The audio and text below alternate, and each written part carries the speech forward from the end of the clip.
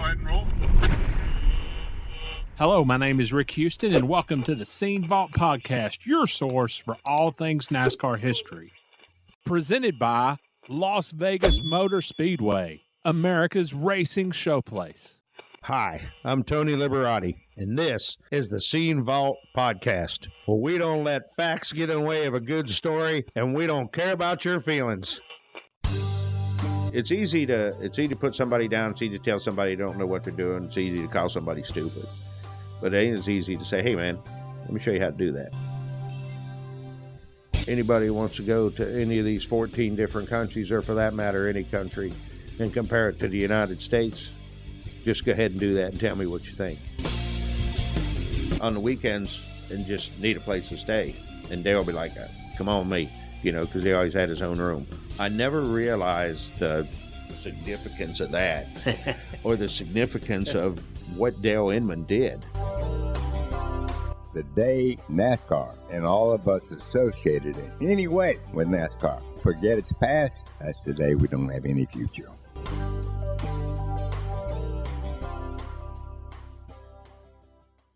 Hello, everyone. I'm Steve Wade. And my name is Rick Houston, and for the first time in the year 2025, welcome to the Scene Vault Podcast, presented by Las Vegas Motor Speedway, America's racing showplace, and a track that truly cares about NASCAR history. Steve, we are recording this on the afternoon of Sunday, January 5th, and Jeff Gluck posted on X this morning that it was 15 years ago today that scene was officially shut down and closed for good. I saw Jeff's post, and I'll tell you something. Hard to believe it's been 15 long years since Scene closed its doors. I had been gone for several years by that time, which to be honest with you, looking back, I think that was probably a good thing, because I can't imagine what it must have been like to be in that room that day. Well, I can tell you one thing. It was not a very pleasant moment for a lot of folks who had to walk. They had no choice.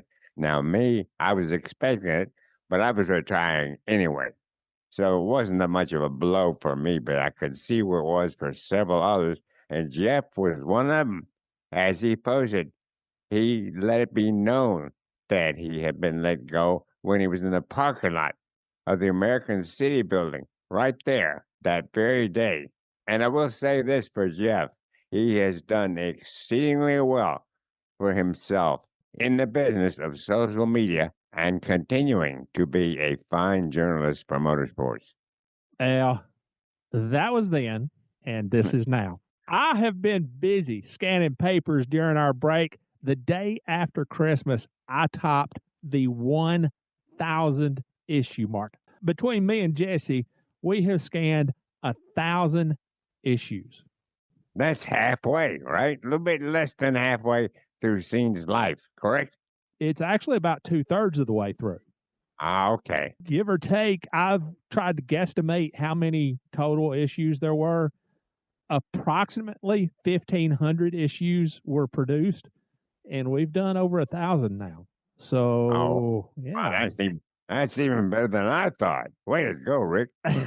I have scanned 32 more issues since then. And let me tell you, these aren't the little sissy 40-pagers that y'all produced in the 1980s. No, I remember that well. The papers that I'm scanning now are all at least 100 pages, 110 pages, 120. These are monsters. Those are the boom days for Scene. Yes. I finished the entire first row of the second bookshelf that holds the archive last night. Now, with all that said, I've got a goal in place. And you know how I feel about goals. Once I set that in front of me, I'm going to go after it. Oh, you're like a bulldog on a bone, Rick. The goal is this. The All-Star race at North Wilkesboro is scheduled for May 18th. That's about 4.5 months from right now.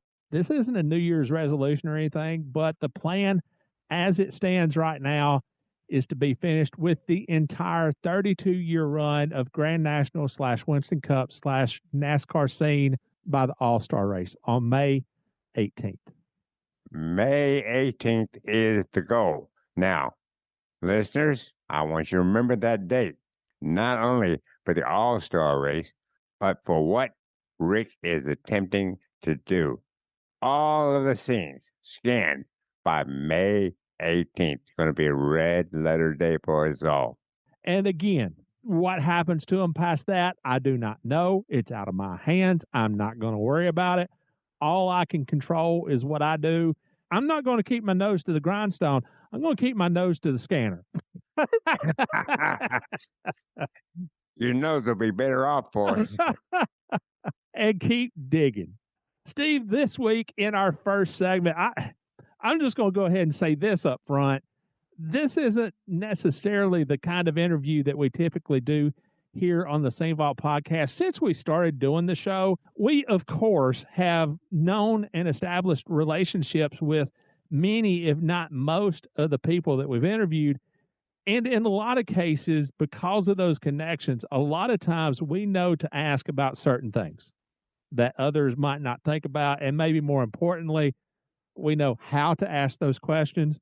But with Tony Rambo Liberati, you've just got to dive in, hang on for dear life, and be ready, because heaven only knows what's going to come out of his mouth next.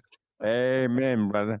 And in all seriousness, Tony has this personality where he can kind of come across as this rough and tough Hell's Angel biker. But the fact of the matter is, he's got a heart as big as all outdoors. And I've said it before here on the podcast, I would trust Tony with my life. When the chips are down, I believe that I could call Tony, and Tony would be right there without question. And I can truly believe that, Rick.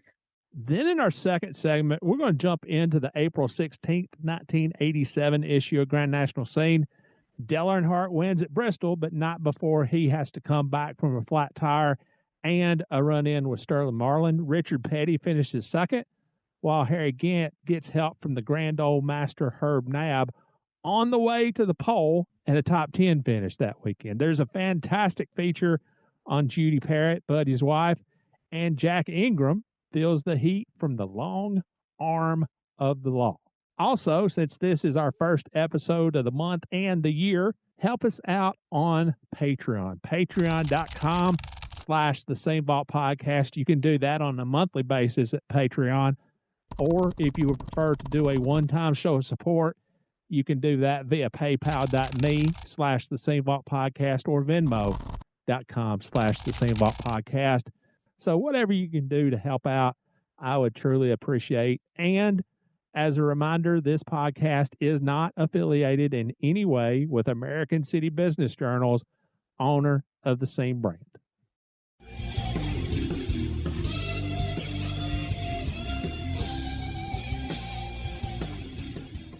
All right, Tony. Here we go again. This has been a long time in coming. All right. I think I've got you in. We've sat down a couple of times, but it's always been in a group. You were in the first. Yeah, one time you table. did talk to me, but you put it, I think, behind Buckshot Jones or something like that. Episode 42 or something, where you just put me in behind Buckshot Jones. You know, just treat me like you normally do. Okay. All right. I'm going to have to rethink this whole podcast thing. Well, I'm going to tell you right now, I'm going to have to say, and I know your listeners can probably watch, but the ones that are not watching, Rick has drugged me to the church. And I'm sitting in the church with all kind of church books around me. And I don't want to say I'm uncomfortable because, you know, I'm a God-fearing man, but it's pretty interesting. It's a pretty interesting setup for a podcast, especially knowing that, you know, my language ain't exactly church-going language. Just wait until we bring out the snakes. I wasn't going to say nothing about the snakes, but he keeps asking me to come to church with him, and you know, me and my wife, we haven't really found a good church we want to go to yet, and he keeps wanting me to come up here, and I'm just not comfortable handling snakes and dancing around, and you know, so. All right, so you're these from Baptists. These Baptists, they crazy. I mean, all right, so you're from Ohio originally. Originally from Ohio, yes. And I am a Catholic, grown up Catholic. So Now, what part of Ohio? it's called Bel Air, Ohio. It's right on the Ohio River, not the Yakinville Creek or the Catawba Creek. It's Ohio River, Okay. the mighty Ohio, and it's right across the river from Wheeling, West Virginia. Okay. So it's right in the center of the state, all the way on the east coast of the Ohio River. Now, did you grow up around racing? This is a part of your story that I don't know. Really? Yeah. I thought you knew everything. No, well, I know some. I can't pretend to know all, but I know some. And I know the high points. And what you don't know, you just make up. Because you don't let facts get in the way of a good story, like every good journalist. Oh. Hey, I'd like to remind you again, we're in church, okay? I wish back when you were on the beat and chasing me around trying to get quotes and stuff like that, I wish I would have known the saying fake news, because I would have used that a lot on you, I'm pretty sure. Man, I don't know where we're going to go with this interview, okay? All right. Okay, well, hey, it was good being here. So how did you get interested in racing? Okay, well, I guess, I grew up working on stuff. We grew up, I want to say a farm. I was going to say rural. We grew up rural. How you say that word? Rural. You grew up in the country. In the country.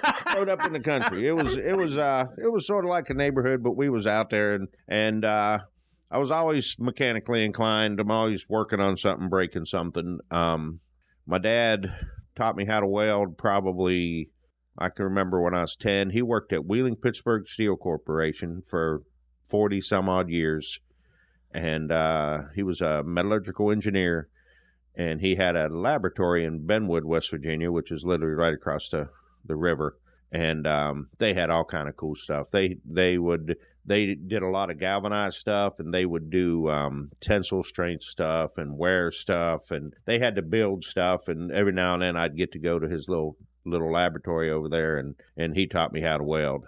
And once he did that, I was like crazy. I had to have a welder and started gobbing stuff together. And he worked with a guy named Freddie Rosenberger, who had a race car. And my dad used to take us to St. Clairsville Speedway. It used to be at the Alderman Airport in St. Clairsville, and watch Freddie race and demolition derby, stuff like that. I would have to say that's when I got hooked. I thought this stuff was really cool. Yeah. Well, then growed up a little bit more and started going to the racetrack with a guy that my mom went to high school with. His name was Bill Benda. And I went to the racetrack with him as a, quote, crewman. He paid my way in, and I rode tires around, and we raced a little bit. Knowing Bill, I got introduced to a guy by the name of Nick Massarelli, and he owned Massarelli Demolition. And what he would do is, back in the day, when people would tear houses down or stuff like that, they'd do it piece by piece to save the materials. So, you'd go into a house, you'd peel the roof off, you'd take all the boards out, and you just put all these boards here, these boards. And I started working with him after school, Saturdays, Sundays. And Nick also had a race car. Nick was a little more serious, probably had a little more money than what Bill had, so I started going to the racetrack with Nick. And from going to the racetrack with Nick having a lot of old stuff around, me and my brother ended up building a race car for me. For you to race? Yeah. Oh, boy. Yeah, which, that was probably, I'm not going to say I was a diehard racer, but we had a really good time.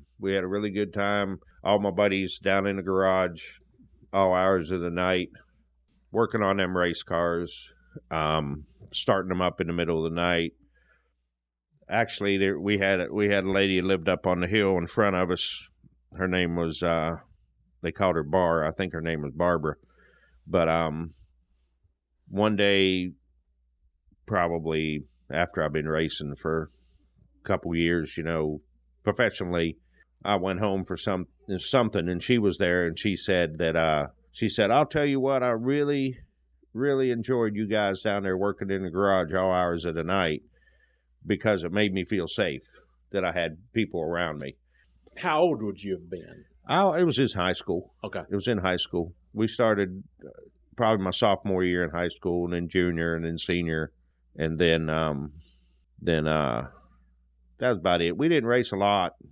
You know, we had junk. We didn't have no money. You know what I mean? And so, you know, then it got to the point where what are you going to do?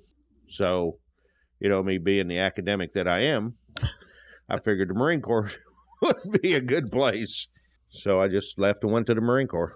When did you go into the Marine Corps? And I signed up in October of 81. And when did you report? No, I went in. It had been the next summer. Okay. All right.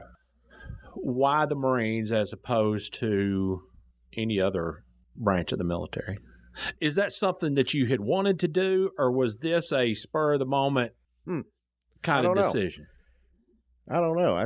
That's triggering some thought process there. I don't exactly know how that happened. I know that. A question of mine triggered a thought. Yes, it did. It's the first time you've ever thought about a question that I think you're right. I don't know. I mean, you know.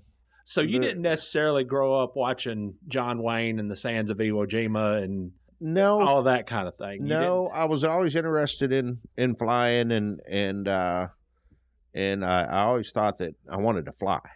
So I always think in the Air Force, I want to fly. But then again, you got to be a pretty good academic to be a pilot. I guess you got to go to college and all that stuff. So I said, well, I'll just go be a ground pounder in the Marine Corps. And so off I went. Where'd you do basic at? Parris Island. Okay. Where else is there? And don't even say that place out there in California. Because, you know, they lay on the beach most of the day in boot camp, from what I understand. Honestly, I don't know the answer to this question. How many different recruit depots are there? 2. Okay. 2. Parris Island and San Diego. Okay. That's what I was right there at Camp Pendleton. Yeah. And they all have you're still making Marines, and we joke about it all the time. You're the Hollywood Marine or you're an island Marine. But in San Diego, they got a couple big old mountains that they go humping up and down. And in Parris Island, ours flat, but we got sand and sand fleas and swamps and, you know, stuff like that. So it's just an ongoing battle. All right. So I don't know how else to say this other than to say since I've known you, you've been pretty much a free spirit. You like to march to the beat of your own drummer. I think even you would say that would be kind of halfway sort of correct or truthful. I don't think I'm stretching it. You're not stretching it? I think that I would just never take anything at face value. You always had to question it. You know what I mean? You always want to say, you know, you always want to question, why are we doing it like that? How come, you know, why is this the way to do it? Now, don't get me wrong. When you're in the Marine Corps, you just shut up and go. You know what I mean? Okay, all right. Well, that's an even better lead-in. You like to question everything. Once you got to basic training and you like to question everything, how long did it take for that to get, for lack of a better way of putting it, how long did it take for that to get beat out of you? Well, I don't think that being that young that I was quite as vocal maybe as I am now in my older age. But no, I loved the Marine Corps. The Marine Corps turned out to be easy for me because they tell you when to get up, they tell you what to do, they tell you when to eat, and they tell you when to go to sleep. And if you can just fall into that and do what they want, and it's not that difficult, you know. You know, I like the military. Everything's squared, you know. It's everything's squared away, everything's straightforward. There's no extra words. Yeah, you need to go do this, and then they walk off, and you got to go do that. There ain't no how, why, how this needs to be done. And in the Marine Corps, it could be it could be going to the rifle range, it could be cleaning your weapons, or a lot of Marines will relate to this. It could be sweeping the sidewalk or mopping the rain. And I sort of like that. I sort of fell into that. That sort of fit my personality, and it teaches you leadership. It teaches you probably more of taking care of your people, because if you don't got your people, you can't do nothing.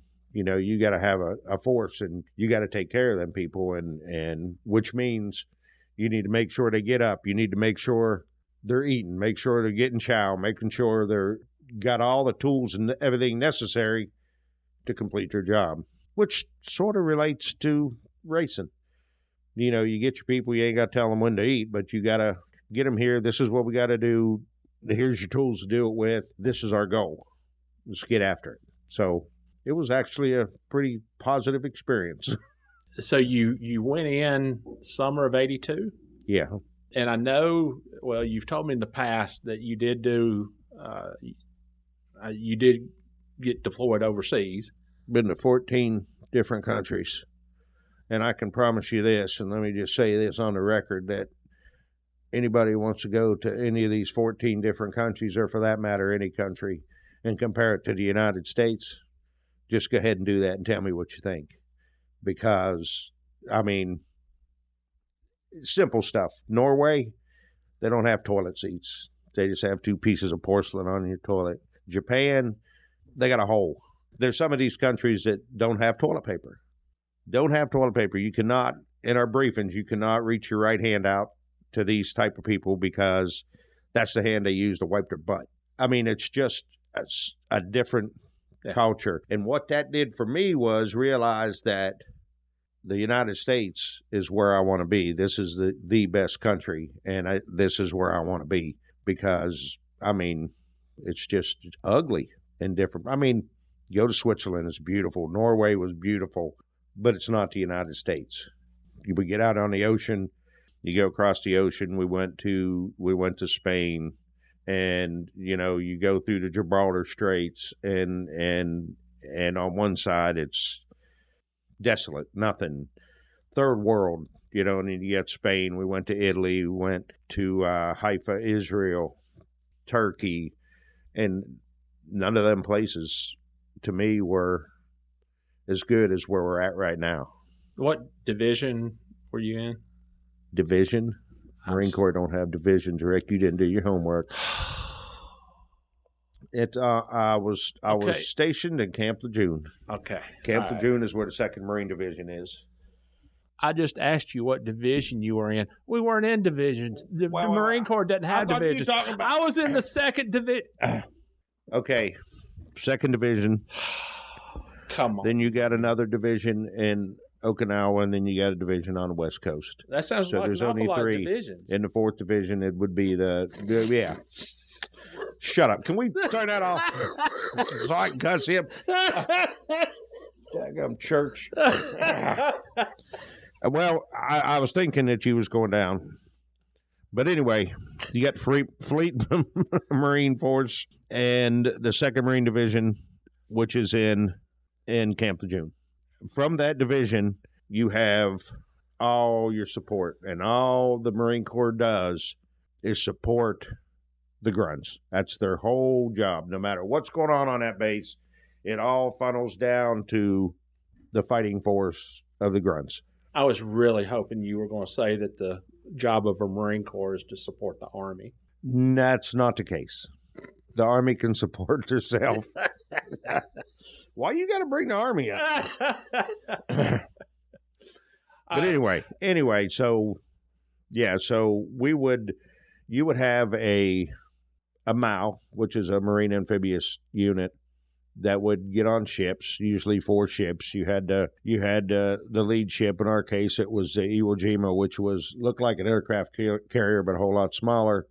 It had Harriers on it, which are vertical lift aircraft, and it had the helicopters on it. Had a well deck with LAVs, tanks, whatever. Then you had more ships. You had LSTs with grunts and more landing craft on it, and then you had LPDs with landing craft and stuff. So basically, we was a force that could go anywhere and start a war or finish a war.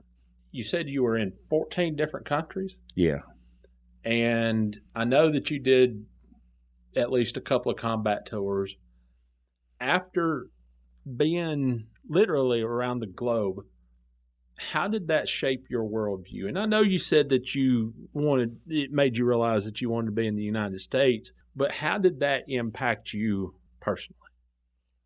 Personally, I would have to say that personally, it made me think that, and sitting in church, I believe in God, but I don't believe in religion.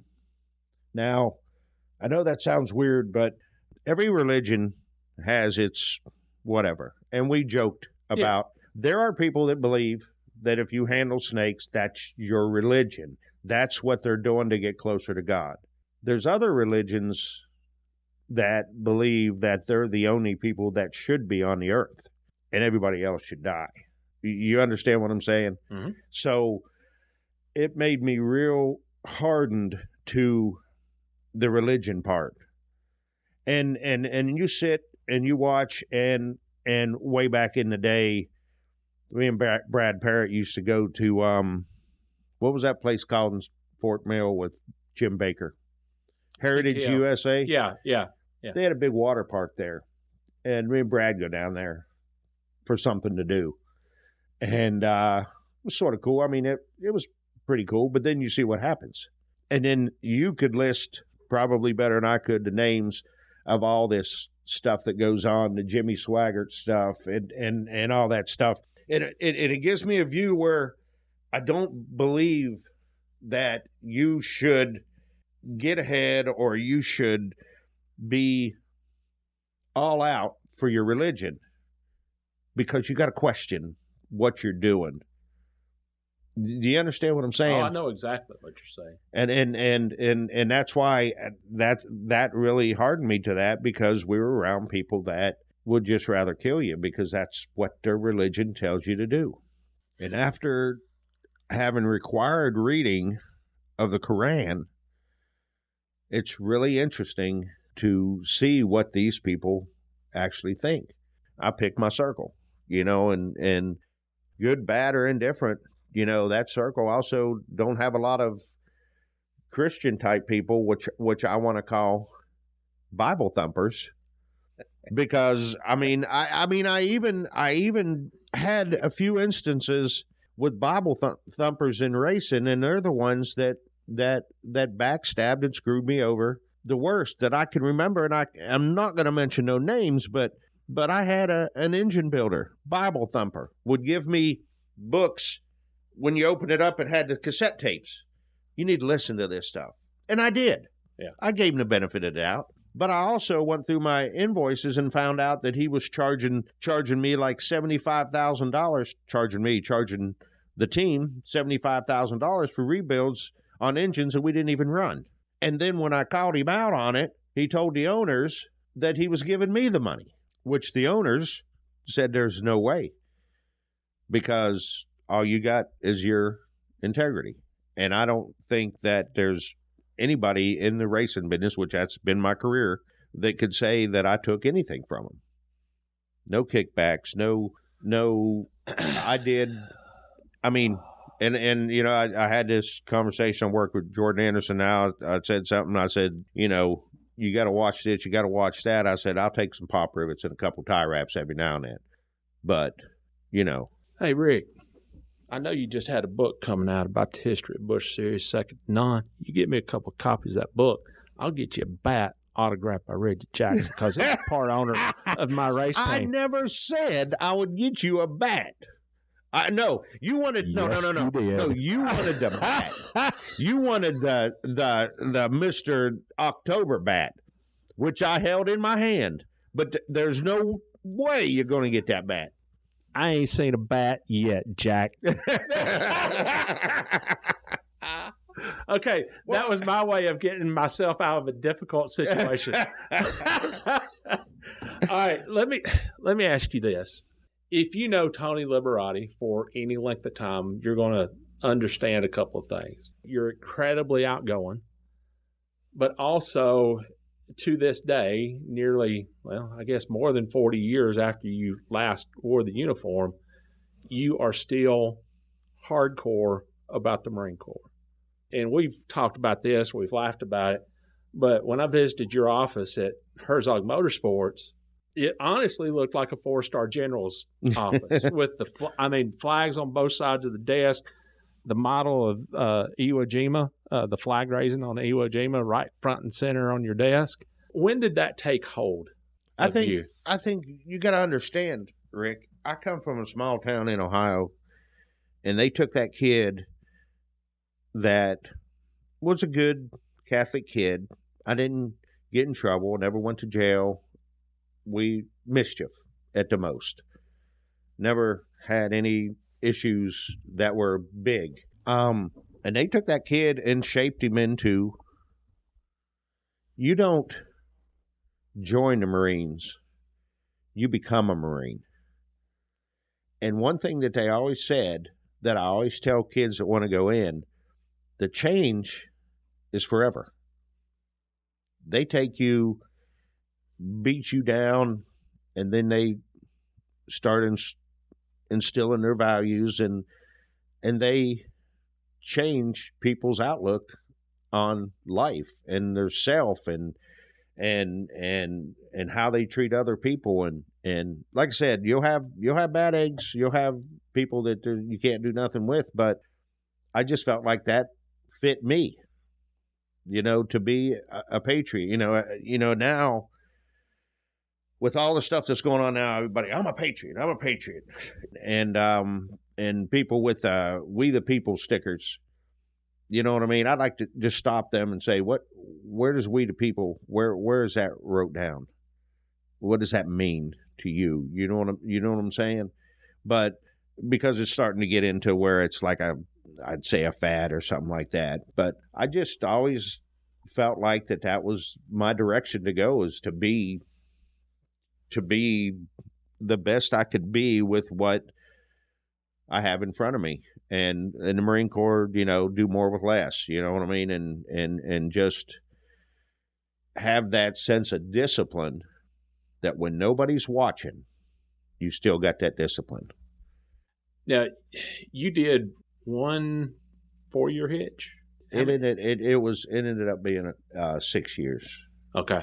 I had went through a program to try to go to be a helicopter pilot.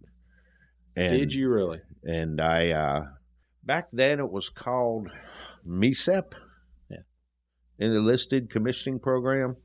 The Navy got, it's called Seaman to Admiral or something like that, silver to gold or something. I don't know, but it was something. I had to do a whole board, papers, pictures, all kind of stuff like that. And I was going to go do that. That's what I wanted to do. To this day, that's what I wanted to do. And, well, basically, after you got to go to these boards, and boards are just like, this could be a board. To get it, you ask me a bunch of questions. If I answer them right, I get promoted. That's what they call a board. So you go to all these boards, people ask you questions, do all this, you square it away, you do this. What's your test score here? What's your test score there? Blah, blah, blah, blah, blah. I got all the way through it all the way up to where they're saying, okay, we're probably going to do this, but you need to sign up for 6 more years. Once you come out of flight school, I guess now you got to sign up for like 10 years because we just taught you how to fly. And I was good with that. But when you do it, they list everything out, but and it's the way they do it. Now it's probably different, but the way they did it way back then was, complete this. Okay, here's your next step, but you're signing up for this. Part A. Part D is flying helicopters. Part A is your first step. Then Part B, then Part C. Well, I was in my mind not trusting the Marine Corps. I didn't want to sign up because it didn't say I was going to go to flight school. It said I was going to go to OCS. And then from there, you go to the next selection.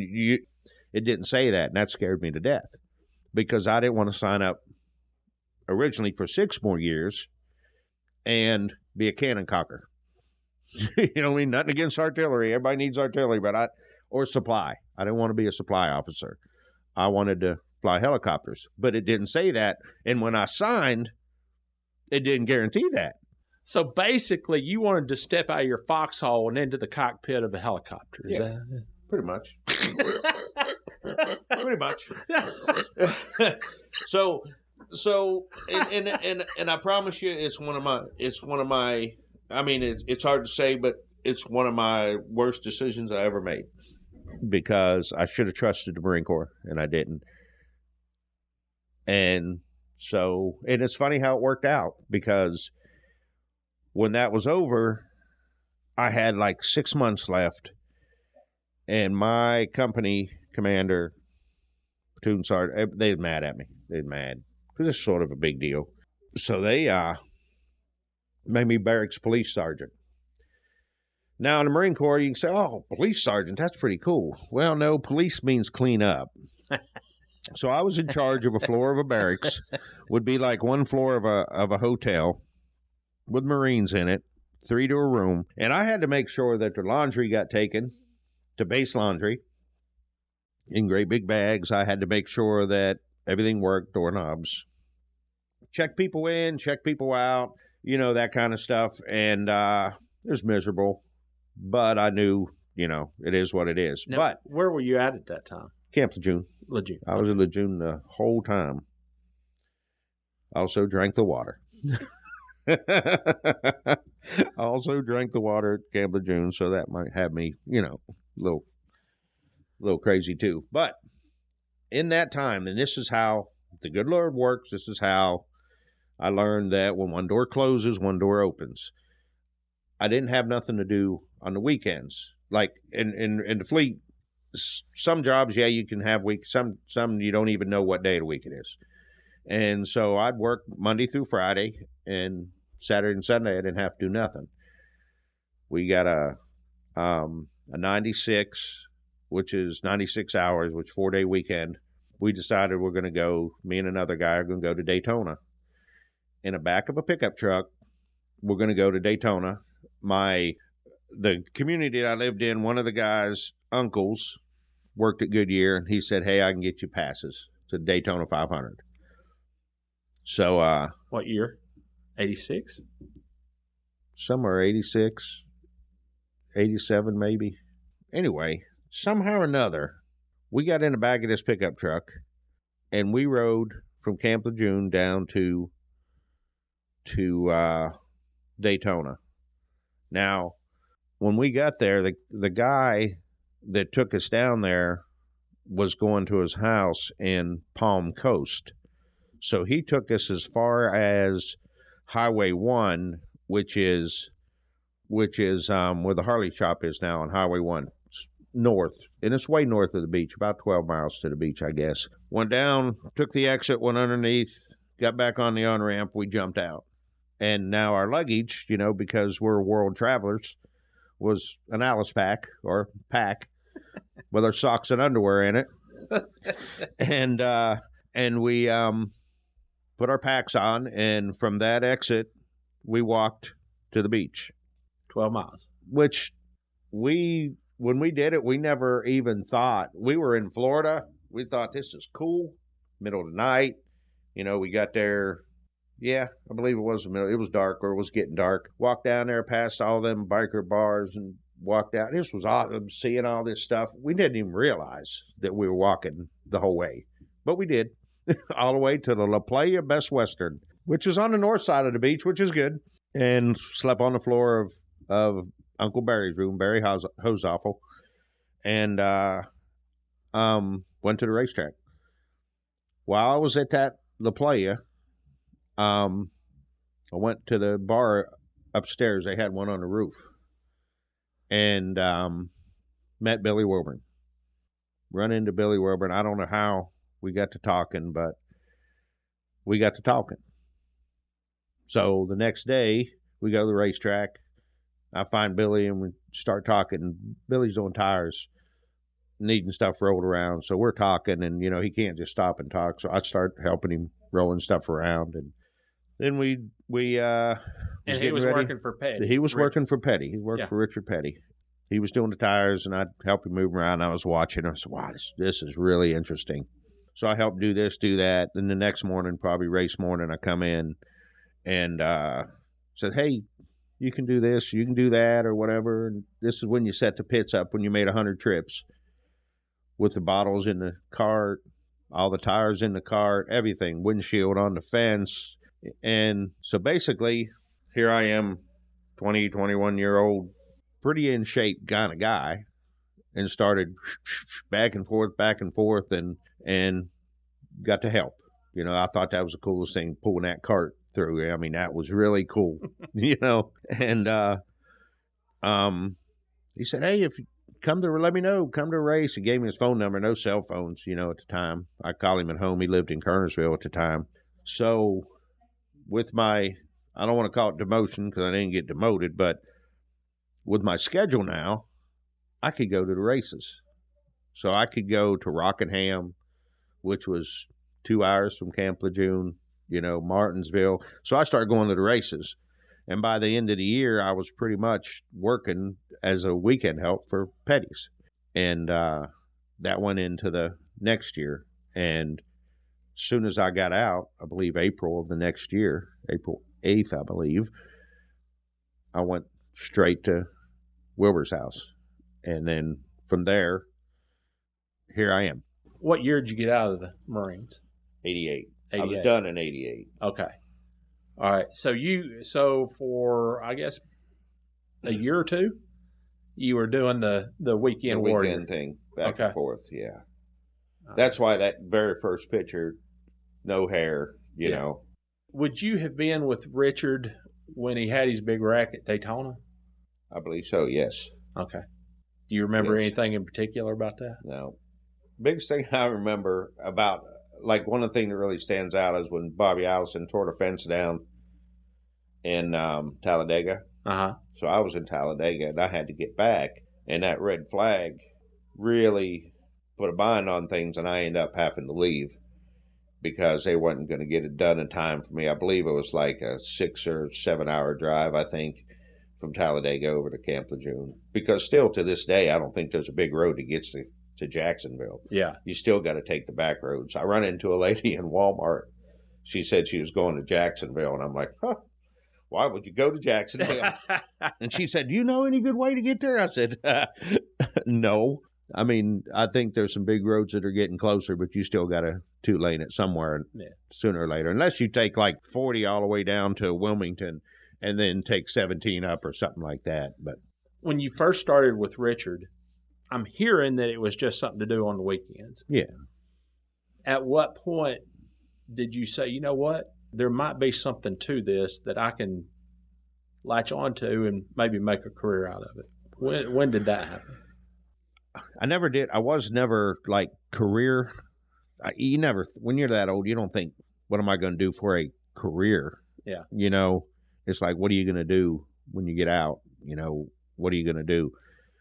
I was already deep enough into it, I think, that I was just going to do it. Yeah. Now, how long?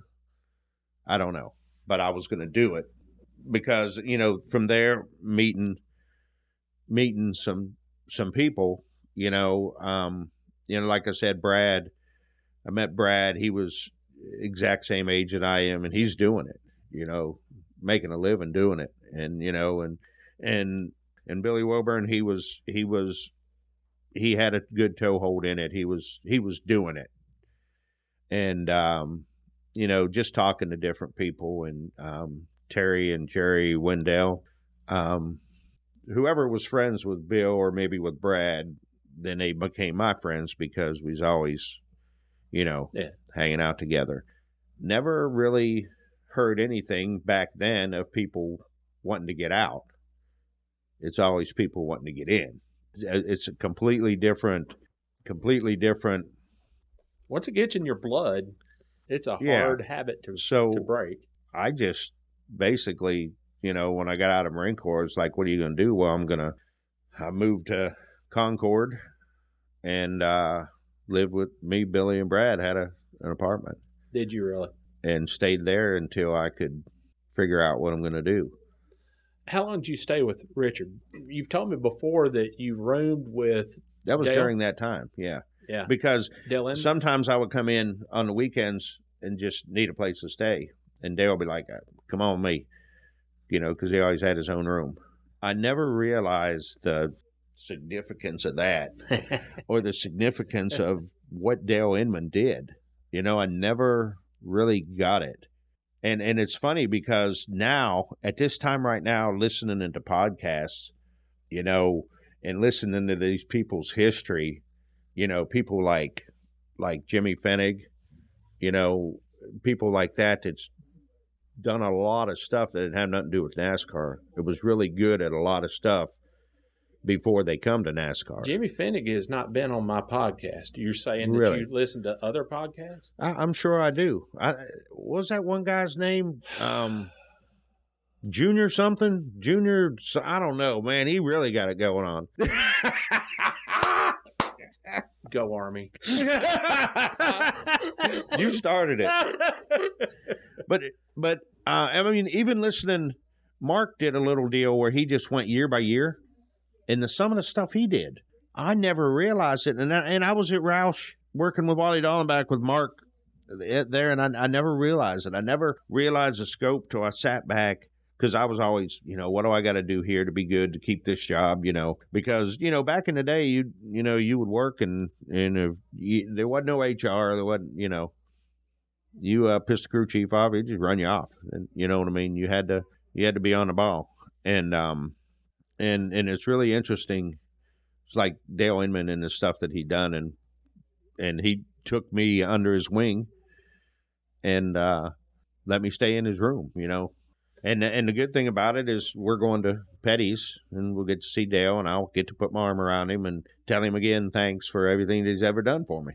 How long did you stay with Richard? I ended it up. You went from there to Bahari? Yeah. Well, I started working. I don't know why. Or Michael? I don't know why. I can't remember why I didn't go. I can't remember why I ended up at Hutch's, but I really believe, and I want to say it had something to do with Dale telling me that I needed to learn about these race cars.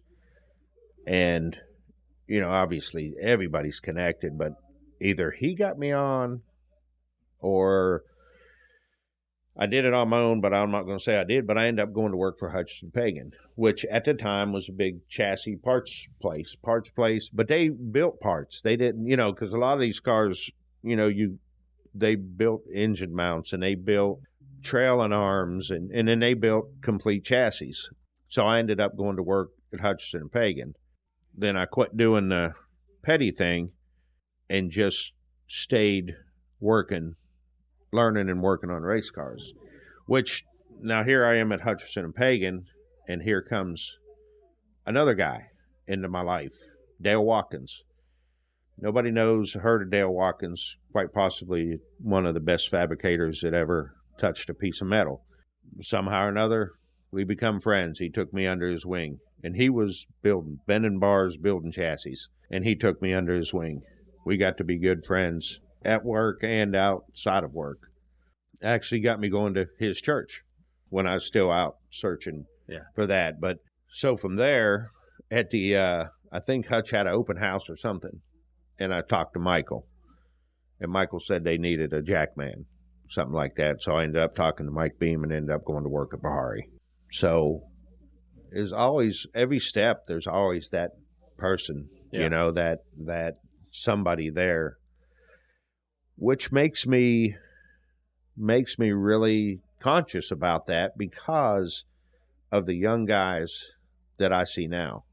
I try to, it's easy to put somebody down. It's easy to tell somebody you don't know what they're doing. It's easy to call somebody stupid, but it ain't as easy to say, hey man, let me show you how to do that. Yeah. And I try really hard to be Dale Inman, Billy Wilburn, Dale Watkins, be them people. And I don't know everything, but I've sort of seen a few things. So I try to help them. I mean, like now, we did a Skull Bandit throwback car last year for the 31 car for Parker Resclaff. Yep. We did the 31 was going to be the Skull Bandit car. We had the Skull Bandit car come in the shop, and we put them side by side. I was the only one in that shop that seen that car on the track. The only one. I can believe that. And then you got Henry Benfield, who helps with the trucks, comes and goes. He obviously seen it, that to me, I mean, I called you and told you, I said, we need to talk to some of these kids that I want to know why they're in there, what they're doing, what's their motivation. My motivation was Dale Earnhardt, Cale Yarborough, Buddy Baker. Yeah. What's their motivation and what actually drives them to want to do this for a living? When you were at Bahari, you would have been at Bahari, what, 80? I think 88, 89. Okay, yeah. That team was up and coming. Michael was trying to connect the dots. Yeah, we built a new shop in Lakeside Park, very first shop in the race park, very first race shop. Wow, 30,000 square feet. Yeah, you go look at it now; it's been built on 7 times or something. Yeah. But and that was a big deal. And there again. And you were the jack man? Yes, for a while. Okay. Yeah. And then you changed tires for a while. I ended up going to changing tires. I don't even know when that transition happened. And to be honest with you, who don't get enough credit is Brian Shobat. One thing about Brian that every crew member knows, that he would come with a box of pictures. He would take David. Pictures. That would be David. Oh, Brian was Brian was the kid brother. Oh, okay. Yeah. So David, you are correct. He actually knew something. Don't let the facts get in the way of a good story. Yes, but anyway, and it's funny because they were $5 there, 8x10s, pictures. Usually, you in your uniform, maybe pit stops, stuff like that. And at the end of the day, today in 2024, that's probably my prize possession.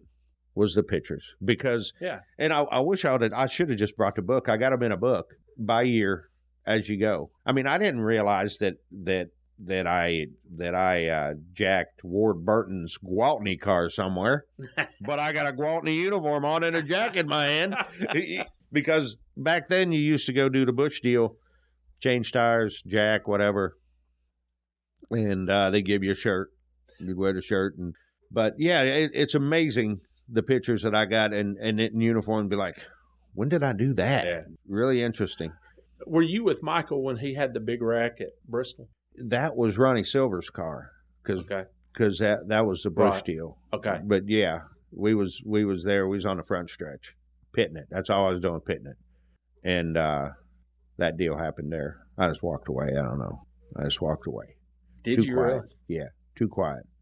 There's a switch that I've learned to deal with. And trust me, I've seen, God almighty, I've seen a lot of them. I had to live through we both did, side by side. Yeah. The same thing. I just told the story the other day, watching Adam hit the wall.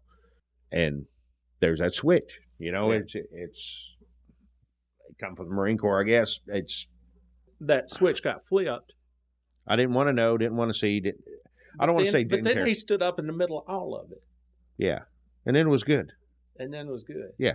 What do you remember about the next day? Because he ran the race the next day. No big deal. That's what happens. And if you remember back then, that's what happened. Them guys would get their head knocked off. Yeah. They wouldn't know their name and it'd be racing the next week. I mean, that's just what they did. That's why Cale Yarborough was so tough.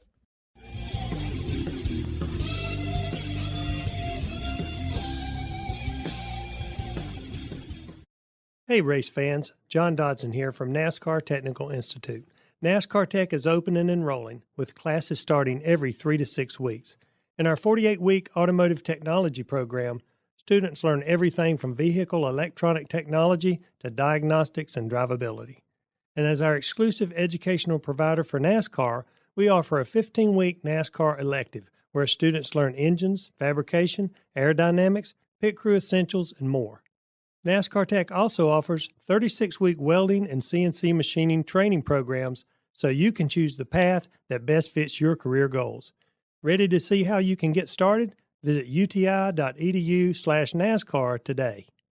NASCAR Technical Institute prepares graduates to work as entry-level automotive service technicians. Some graduates who take NASCAR-specific electives also may have job opportunities in racing-related industries.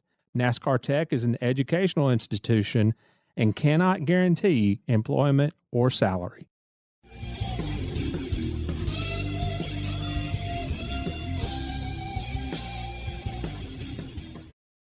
This segment is brought to our listeners by Las Vegas Motor Speedway, America's racing showplace. Okay, so let's just say that this conversation with Rambo kind of made its way down some roads that I was not expecting to take. 1983, Beirut, Lebanon, a suicide bombing at the barracks for the 1st Battalion, 8th Marines. A total of 241 U.S. personnel died as a result. And Tony was not on site at the time of the explosion, but he did take part in the search and rescue. And God help him, that's the one thing that he said beforehand that he did not want to discuss. He did not want to go into detail about any of that. And I could certainly understand that. You have to understand what this search and rescue mission really is. And when they go in there to perform that mission, there are things that they will see that they cannot forget. And you can understand why they would not want to talk about it. Because of that, I believe that Tony has had some issues dealing with that. I think that certainly is something that you can't forget.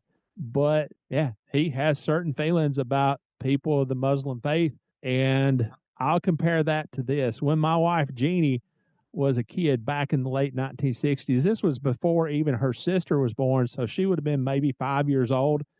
Her parents took her up to Tweetsie Railroad in Blowing Rock, North Carolina. And of course, that's a train ride that you can go on. Very scenic, very nice.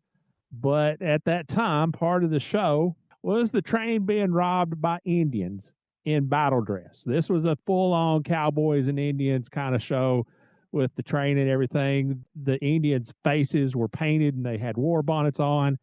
They were hooping and hollering like you would imagine a cowboy and Indian show to be like at that time.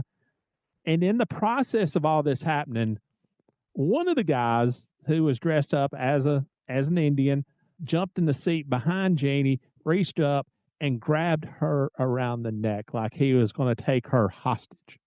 You got to be kidding me. I don't believe that. Yeah.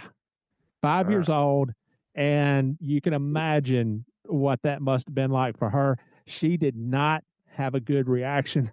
She remembers how terrified she was. Her mama still remembers it, and her daddy. You ain't never heard cussing like he cussed when he talked about it. And to be honest with you, to this day, a Native American in full regalia, she has a legitimate phobia. And it's not anything that we kid about. I mean, she has a legitimate fear to this day. Well, given her experience at only 5 years old, you cannot hardly blame her whatsoever. I don't know if you call it PTSD or whatever, but the fact is she got terrified as a young girl, and all these years later, that fright still remains. Now, I'm going to shift from that to this. One of the things that I truly respect about Rambo is this. He has been doing this for a long time now. It's coming up on 40 years that he has been working in and around NASCAR. And just like he was taken in by his mentors, guys like Billy Wilburn and Dale Inman, a guy by the name of Dale Watkins, who Rambo calls one of the greatest fabricators who ever picked up a piece of sheet metal.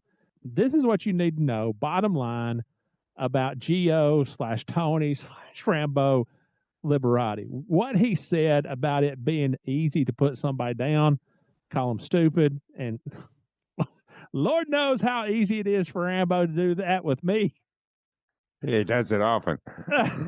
It's not nearly as easy. Instead, to tell somebody with less experience, here, let me help you and show you how to do this. And that is my friend Rambo. Yeah, there's a lot of bluster in the Rambo persona, but there's also the part that's helping build the next generation of racers.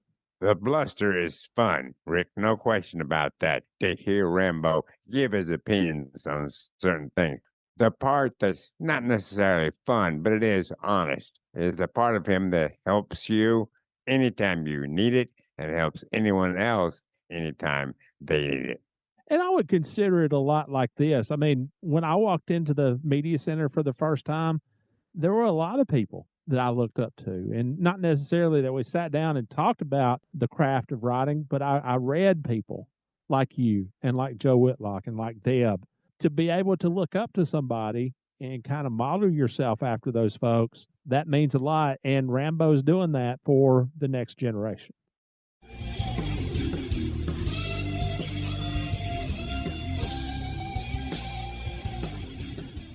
This segment is brought to our listeners by Las Vegas Motor Speedway, America's racing showplace. April 16th, 1987, issue of Grand National Scene.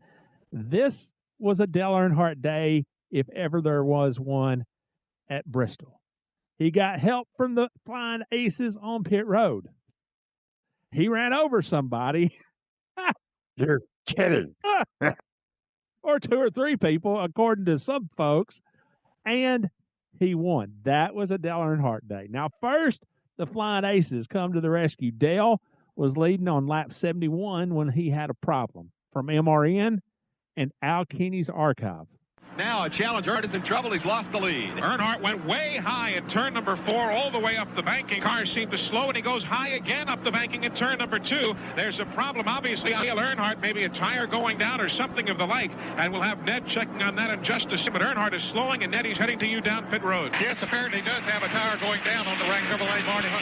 Eli, the pit crew, the Wrangler crew are ready for him, but he's going to have to hustle or not lose the left. They go to the right side and change those tires. It looks like the right was leaking down on it. They have it jacked up already. They're putting those tires on, and here come leaders off of turn 4, and Dale Earnhardt's going to go a lap down. He's going to have to play catch-up. The stop cost Dale a lap, but he would be back. Sterling Marlin took the lead on lap 199 and was still there on lap 253 when he and Dale made contact. We actually mentioned this incident back in September when readers had their say about it in the letters to the editor section of the April 30th, 1987 edition of Grand National Scene. So, from episode 313, 1987 spring race at Bristol, Barney Hall says this about Dale Earnhardt just before the halfway point.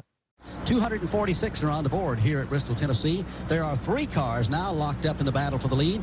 Give Dale Earnhardt all the credit in the world this afternoon. It's obvious that Earnhardt has a car that could probably challenge for the lead and maybe even take it away from Sterling Marlin, but he's taking no chances with that car because there's still 3 laps to the halfway point. It is a very patient and very smart driver, Dale Earnhardt, who's working his way in traffic here at Bristol this afternoon. Now, Barney, hold that thought there, bud.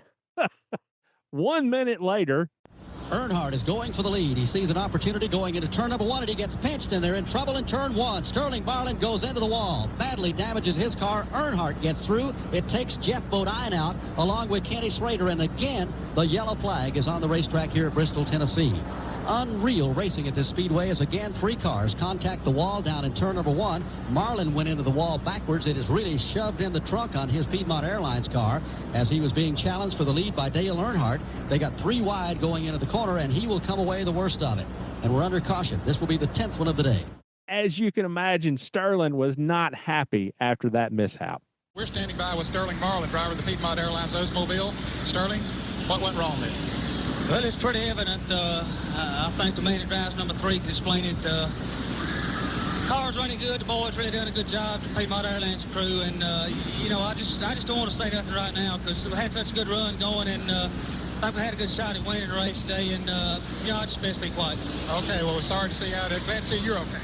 All that is to say this: there were excerpts from 25 letters to the editor in this issue, and all of them were about Dale Earnhardt knocking the T-Mortal fire out of Sterling at Bristol.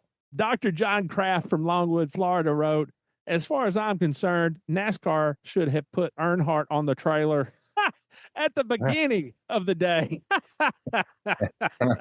If he won't drive right, he shouldn't drive at all. Now, there were a few at the very end of the letters that were in support of Dale, but putting him on the trailer at the start of the day, that was pretty much the nicest thing that any of the others had to say about him. Like Sterling in that clip, Hagan Racing team manager Wayne King was also ticked off at Dale. Wayne said in this issue, if that's what it takes to be the national champion, they can have it. Sure, that's what I want to say, and you can use it too, or I wouldn't be saying it. I'd like to use a little stronger language. That's at least 3 cars I know today he has run all over. 3 cars, just 3? Dale must have been having an off day. Yeah, you got to say his aim was wrong or something.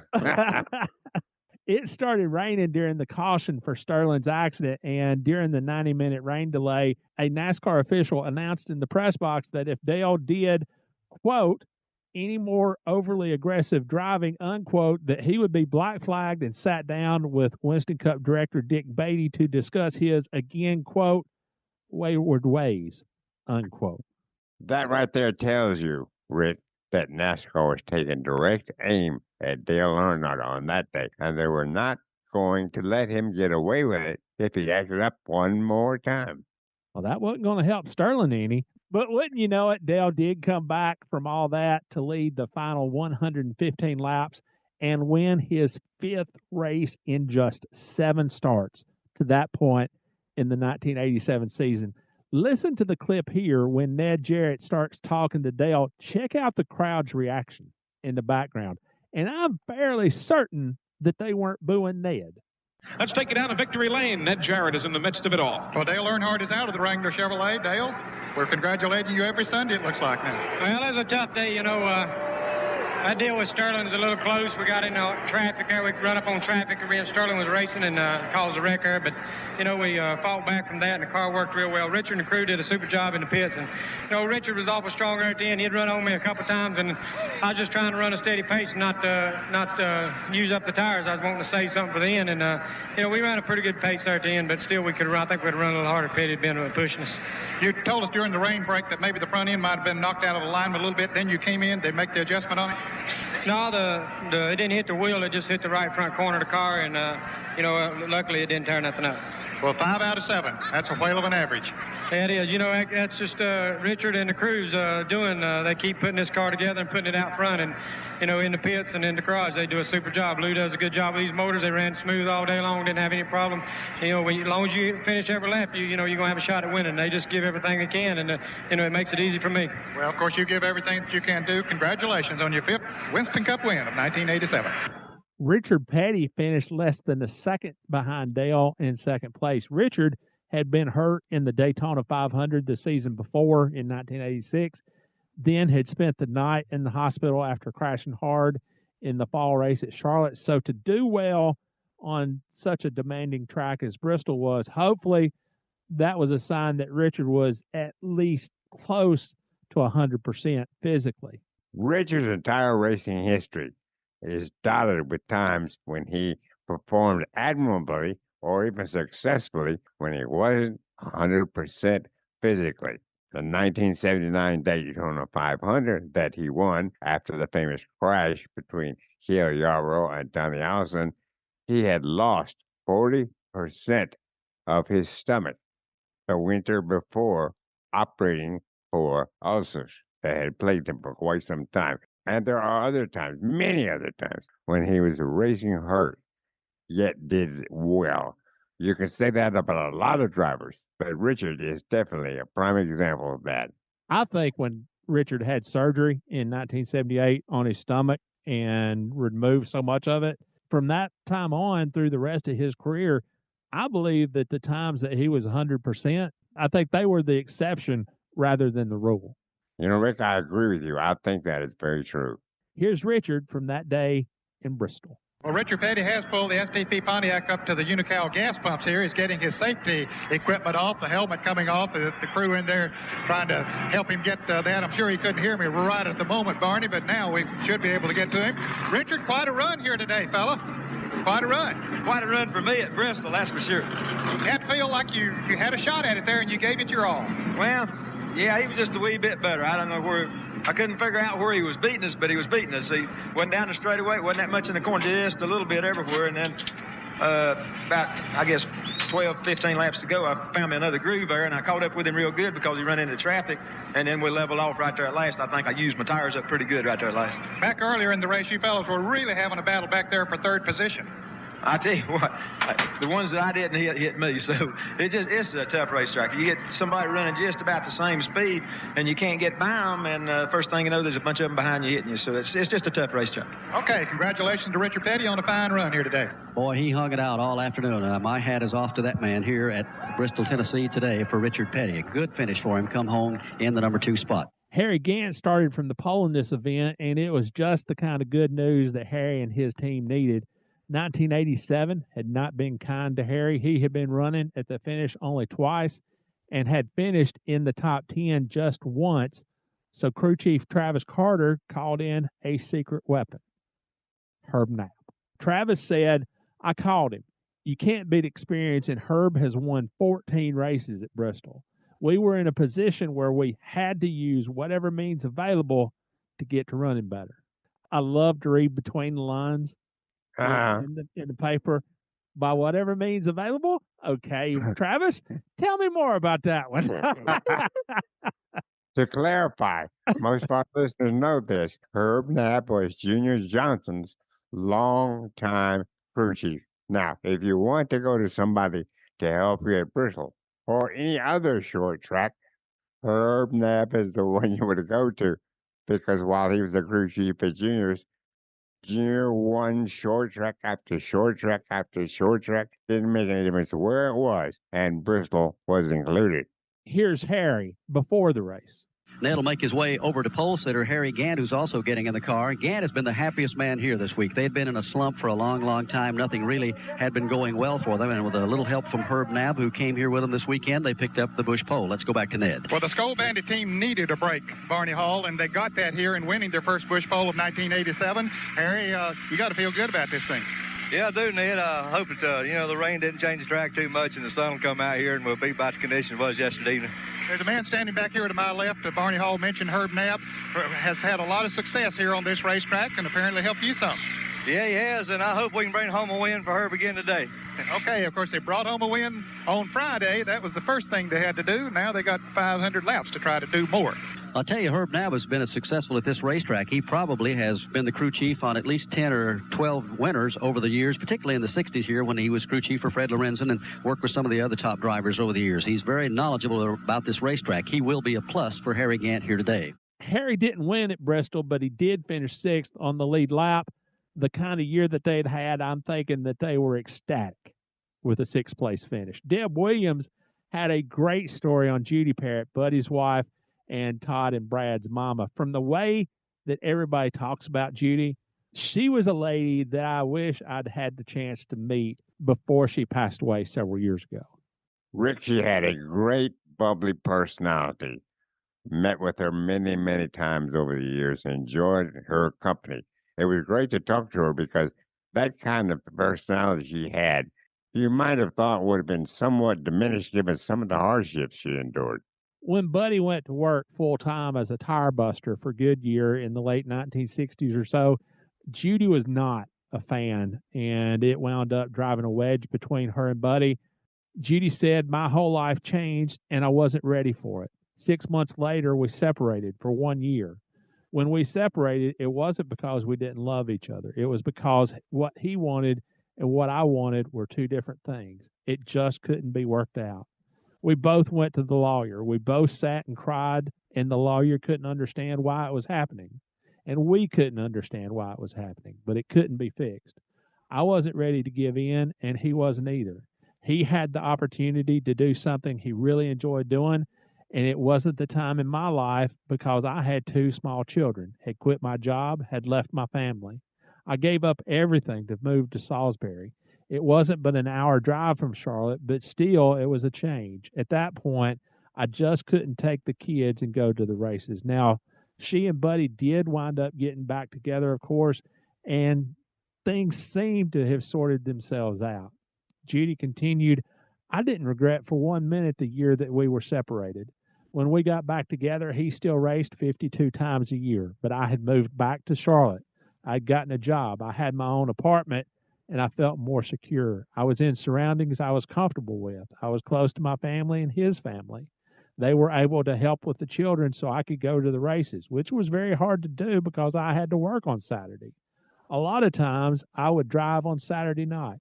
I learned a lot during the separation. He learned a lot, and it made our marriage twice as strong. And as much as she resented the sport and its place in taking Buddy away from her early on, Judy actually jumped in and she joined the circus herself. At the time of this article, she was the special events director for Sports Management Group, the company that handled Folgers Coffee's Winston Cup program, which meant that she worked with Tim Richmond and Benny Parsons. Judy said, "Working with Tim is a challenge, and I love challenges. He is sensitive, shy, has a natural wit, and he, more than anybody else, likes perfection. And then there is another side to him. He is a Gemini, and he has a split personality. But I learned that if he finds out he cannot have control or run over you, then he respects you. Right now, he is one of the most aggressive, best race drivers who has been on the track in a long, long time." And on the other hand, there was BP. Judy continued, "Benny is such a nice person. He is a totally different personality to work with. It's kind of like having the best of both worlds, the wild one and the gentle giant." Well, Rick, as you know, many times on this show, we have discussed with drivers how difficult racing could make their marriages or their own private life. Note that I said we have discussed it primarily with drivers. Here it is from the female side, from the side of the wife. And what she and Buddy decided to do to save their marriage was very, very difficult. But they needed it. And with her, I think, in the lead, they did work it out. And it is funny that you went to work in the sport as well. Judy became one of the best marketing and PR officials the sport knew at that time. Not long before Christmas, we mentioned how Jack Ingram felt about not being credited with 5 Busch Series national championships. But if Jack had thoughts on that, that was a fart in a diving helmet compared to this little incident. Jack, Ronnie Presley, 1986 late model sportsman race at Asheville. They got together again, and Jack somehow managed to ram into Ronnie's car under the caution. Ronnie was cut from his car and transported to a local hospital with strained chest muscles, a slight concussion, and an injured left wrist, as reported in Second to None, a history of the NASCAR Busch Series minus Rick Mast. And talk about the crap hitting the fan that day in Asheville. This was a crap ton of crap getting flung all over the place. Jack ended up in handcuffs and not too happy about it either. Jack was charged with disorderly conduct and 2 counts of assault on a law enforcement officer. Plus, as reported in this issue, he had recently been indicted for assault with a deadly weapon, inflicting serious injury. And that deadly weapon was his race car. That's right. Rick, I read about this as much as I could when it happened, because obviously I wasn't covering Jack Ingram back then, certainly not as much as you were. But I thought this was totally out of line with his personality, totally out of line with the personality that I knew anyway. And I've always wondered about it. What were your thoughts on it, Rick? I mean, is Jack capable of this? Well, I mean, obviously Jack had a kind of a fiery personality. He was certainly a tough competitor, but to think that he went out and did this intentionally to hurt Ronnie Presley, no, he didn't do that. To even think that he intentionally did it, that's just nonsense. But the fact of the matter, it did happen. Right. Okay. And given these charges, somebody thought that it was intentional. Whether you thought it was intentional or not, I think kind of the controversy stemmed from the fact that this was a late model stock race at Asheville. Had nothing to do with the Busch Series, but he still got suspended for 2 races. And as the Busch Series points leader at that time, he was up by 246 points over Brett Bodine, 265 over Larry Pearson. A lot of people would have considered that incident at Asheville was the one that cost him the championship that season. Now, in second to none, Jack said, a federal judge gave my lawyer the green light to get a restraining order against NASCAR to let me start racing or give me a hearing. I refused to let him do it. U.S. Tobacco, which was, of course, the parent company of his primary sponsor, Skoal, and Chevrolet were sponsoring me. They were both afraid they'd get caught up in some kind of bad situation. I told them that I'd get rid of that deal the best way I could without stirring up a big stink. Now, Larry Pearson went on to win the Busch Series championship that season, but not because Jack was suspended. Larry, to this day, insists that he was going to win the championship anyway.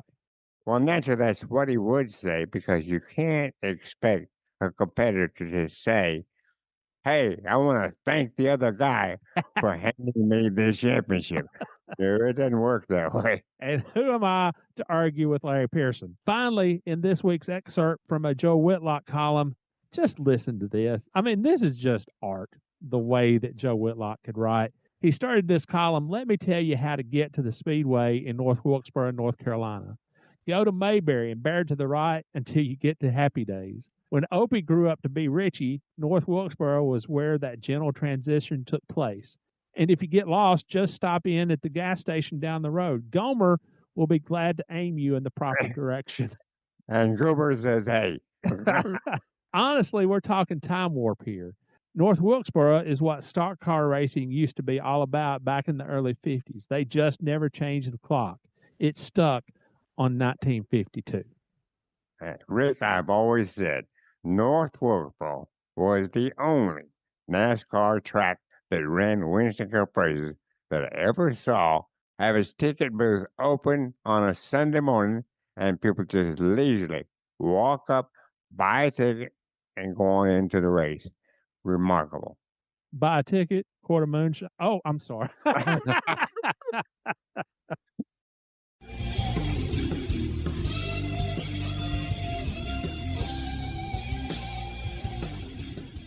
Hello, Scene Vault fans. This is Brian from Speedway Screens, and if you're enough of a NASCAR historian to be listening to this podcast, there's a good chance a piece of the past you've been on the hunt for is in my shop. I'm constantly on the hunt for apparel and collectibles from all genres and eras of motorsports, so whether it be cup cars, dirt modifieds, dragsters, or monster trucks, I've probably got something for you. Check out my inventory at speedwaytsj.etsy.com, and be sure to follow me on Instagram and Twitter at Speedway Screens for the newest items as soon as they drop, and for a peek at what I keep for my own collection. As a special thank you to listeners of this show, just enter SCENE at checkout for 10% off. speedwaytsj.etsy.com. That's speedwaytsj.etsy.com.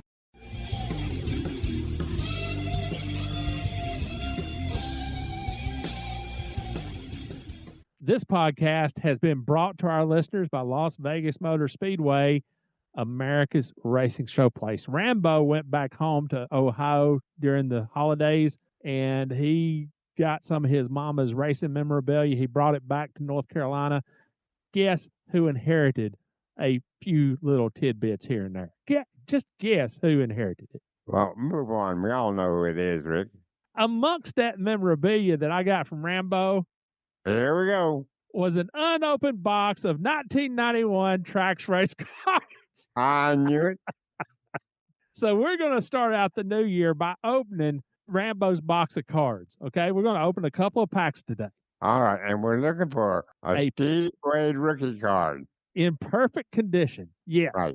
All right. Here we go. Ken Wilson, Ted Conder, Jimmy Martin, Will Lind, Max Helton, Bob Tomlinson, Robin Pemberton, Steve Mill, Stavola Brothers, Rob Moroso, Ken Schrader, Dick Brooks, John Wilson, and Bill Broderick. We struck out the first pack. Let's open one more. All right. Okay, here we go.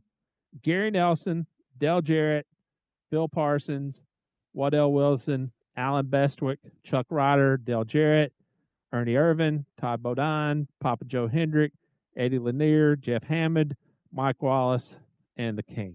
So lost again, huh? Yeah, so it turns out the Rambo box, at least the first two packs, they didn't have the mojo. So Let's close with this. We had talked last year about our listeners sending in questions of our past interview guests. I've actually got one in the can that I was going to use this week.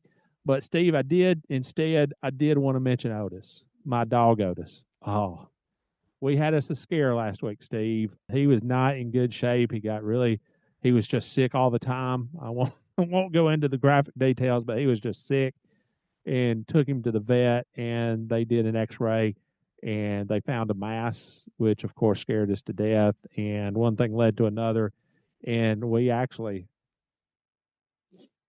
said goodbye to Otis. And yeah, that was tough. The boys came to the vet's office, and of course me and Jean were there, and we said goodbye to Otis.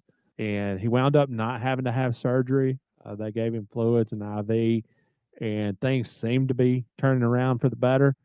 He stayed at the vet's office all weekend just so they could keep an eye on him. So hopefully he gets to come home tomorrow on Monday. I never thought that I would care about an animal the way that I do about Otis. Otis is the first inside dog that I've ever been around. That was a tough day on Friday when we said goodbye. Well, I can imagine, Rick, how tough it was. However, let's remember this. If Otis is anything like his namesake, Otis Campbell, he might get down, but he always comes back. Yeah. Why do you keep touching your phone? Am I taking too long? No. You got something to do? We need to leave. It's 10:26, and we need to leave for Level Cross at noon. So keep talking. Oh, okay. So keep talking. So anyway, I wonder how much can end up on the cutting room floor. We don't have a cutting room floor. So anyway,